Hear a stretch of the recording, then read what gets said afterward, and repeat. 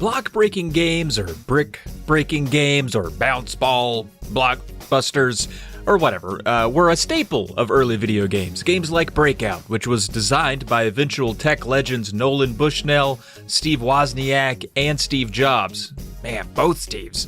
Was simple in concept. It's just Pong for a single player, with the added twist of needing to eliminate rows of different colored bricks from the screen in order to advance. Genius.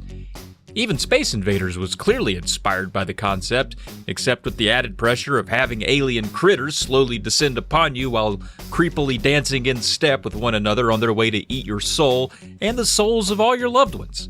Super Breakout ratcheted the stakes a bit by introducing multiple balls to play with at once, a feature that would stick with the genre going forward, and most likely the root of much of the anxiety I'm still shackled with today.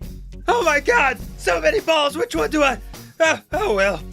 Taito felt like they had a great idea for a Breakout-style video game, so along came Arkanoid in 1986 on the arcades. The arcade version had a twisty knob so you could better control the ship, known in the game as the Vaus. The twisty knob allowed for greater and precise control of the Vaus and made it easier to go from one edge of the screen to the other quickly as opposed to using a directional pad. When Arkanoid was ported, it went everywhere. Home computers, consoles of the time, and even in the modern day it's ended up on mobile platforms. But it's hard to replicate the control scheme, the twisty knob, of the arcade machine on all of those other platforms without introducing some sort of accessory. Thankfully, Taito did just that. The Arkanoid game itself is rather common on the NES. It is not hard to find. However, the controller is another story. Only the NES and MSX ports were packaged with a custom controller, again known as the Vaus controller. I'm lucky to have one here, and I must say this makes the experience of playing Arkanoid on the NES much better. While the game is still tough and not within the realm of possibility for me to personally beat all the levels with the limited number of lives, the Vaus controller does give me a chance. I don't see how anyone could finish the entire game with just the D-pad, although I know there's enough weirdos on this planet that at least a few folks have. It's not going to be the preferred way to play. Like the arcade machine, the controller has a twisty knob that allows you to move the Vaus ship side to side and includes an action button for when you need it. You know, like when you get that power-up that lets the ball stick to the ship, you can press the action button to relaunch it once you're in position. And you can also use it to shoot the laser beams. Sometimes you get a laser beam power-up, you can use it for that. You can also just push it anytime you want to, so it gets a button. The controller may need to be calibrated when you get it. Uncovering this little cap over here gives you access to a screw, or kind of a screw thing, that you can loosen or tighten, and it'll affect the centering of the ship on the screen. So if you notice you can't get the ship to go all the way flush to one wall or the other, no matter how much knob twisting you're doing, then you need to give that calibration screw a twirl. In the next part of the video, I'm going to show some gameplay and talk through the first Arkanoid game, for which my controller works. There is a sequel, not a lot of people know about this, there's a sequel to Arkanoid on the NES that stayed in Japan called Arkanoid Revenge of Do, or simply Arkanoid 2.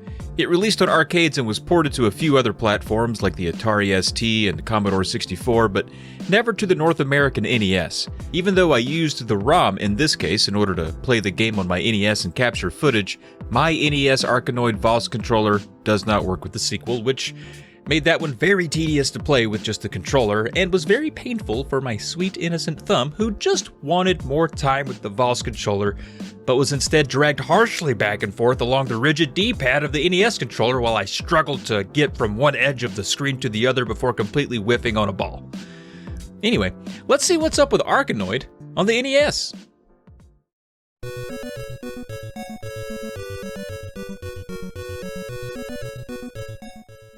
Again, Arkanoid is your standard brick-breaking fare. You can play with up to 2 players, where you'll take turns and shoot for a high score. The level designs get more complex as you go, starting with just a simple wall of different colored bricks, and then eventually more complex patterns, some of which can be tricky as some of the bricks require multiple hits to make disappear, and some don't disappear at all and serve as a permanent obstruction. And if making a bouncing ball go where you want wasn't tedious enough, there's also floating debris that also gets in the way, and per the manual, these things have names, like a conerd, a pyrodoc, a trisphere, and of course an opo-opo. Your ball can take them out, but they also add a ricochet, which may or may not be desired given the context of your situation. Some levels, like this one, are tedious because you have to get the ball through 2 tiny openings before you can even get to where the breakable bricks are. Levels like this can take a while to complete, and it's easy to lose a life just from trying to get the dang ball down the first hallway. Unfortunately, you start with just 3 lives in the game and you don't get any continues. You can gain extra ships by hitting certain point thresholds, maybe getting an occasional lucky power-up. Now, the power-ups are what really makes the game interesting. Certain bricks you break will drop a power-up, and thankfully you can identify them by color, so if you don't want the slow ball, you can dodge it. I'm a sucker, so I pick up any power-up that comes my way, and that's a big reason I'll never beat this game. Well, that, and there are 36 total levels, and I had to use a Game Genie to even get footage beyond level 2. The power-ups look like little pills, so the orange pill makes the ball slow, the yellow ones allow you to catch and release the ball, light blue gives you 3 balls, dark blue makes the Vaus ship wider, pink allows you an early escape route, and red increases your laser firepower. What's that? Laser firepower? That's right. It's not all about bouncing balls around and hoping the geometry eventually works in your favor. You can also fire a freaking laser beam to take out blocks and the debris floating around. There's not much to say about the look of Arkanoid. It's just balls and bricks and shapes. The music is largely non-existent, save for a few jingles here and there, and the sound effects, while seemingly appropriate, will drive you insane after a short while.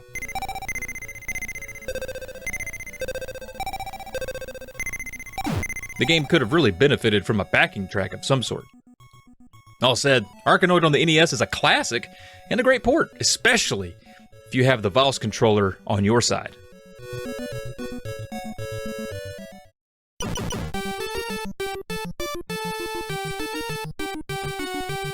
Then there's Arkanoid 2, which again, never came to North America on the NES, but did have several other ports that differ only slightly from the arcade version. The game starts with a sort of reimagined boss fight from the end of the last game. This is the final level of the first game, see this? And this is the first level of the second game, huh? But it's not a tough level to get past here in Arkanoid 2. It's like the boss was on his last leg or whatever, and then the game properly begins at round 1.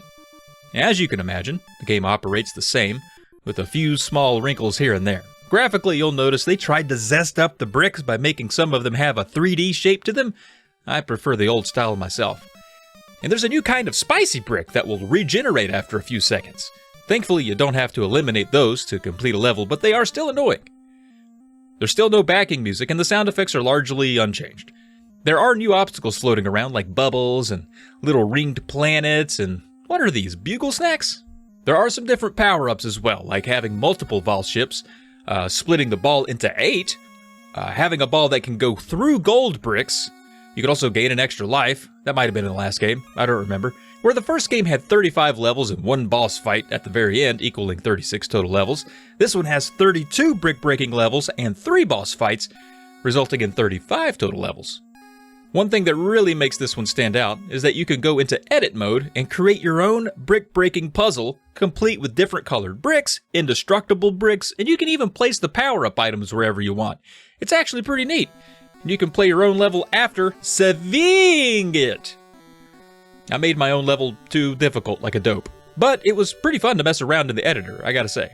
The game has another neat addition over the first, a versus mode. It's like Pong, but with bricks in the way. You can play 2-player or against the CPU, and the CPU is basically like playing against Serena Williams. It was very rare that I got a ball past my AI opponent, but it was still a lot of fun. So the extra modes here are really nice, and make Arkanoid 2 a Famicom game worth grabbing if you can play it, simply for these extra modes, and it's convenient for folks who can't read Japanese, as it's all in English, and there's really no story to read on screen. But there is a story! Aliens attacked your home planet, and the survivors roamed the galaxy on their photon spaceship called the Arkanoid in search of a new home. Then, the Arkanoid was attacked, and survivors from that hopped onto the Vaus spacecraft, and instead of reaching safety, they ended up in a weird space labyrinth where they have to keep balls in the air. It's wild. And that's just the first game. Okay, here in the sequel, a mysterious enemy known as Doe has returned to seek revenge on the Vaus. That's it. Just something is mad at us, and that's really all you need to know.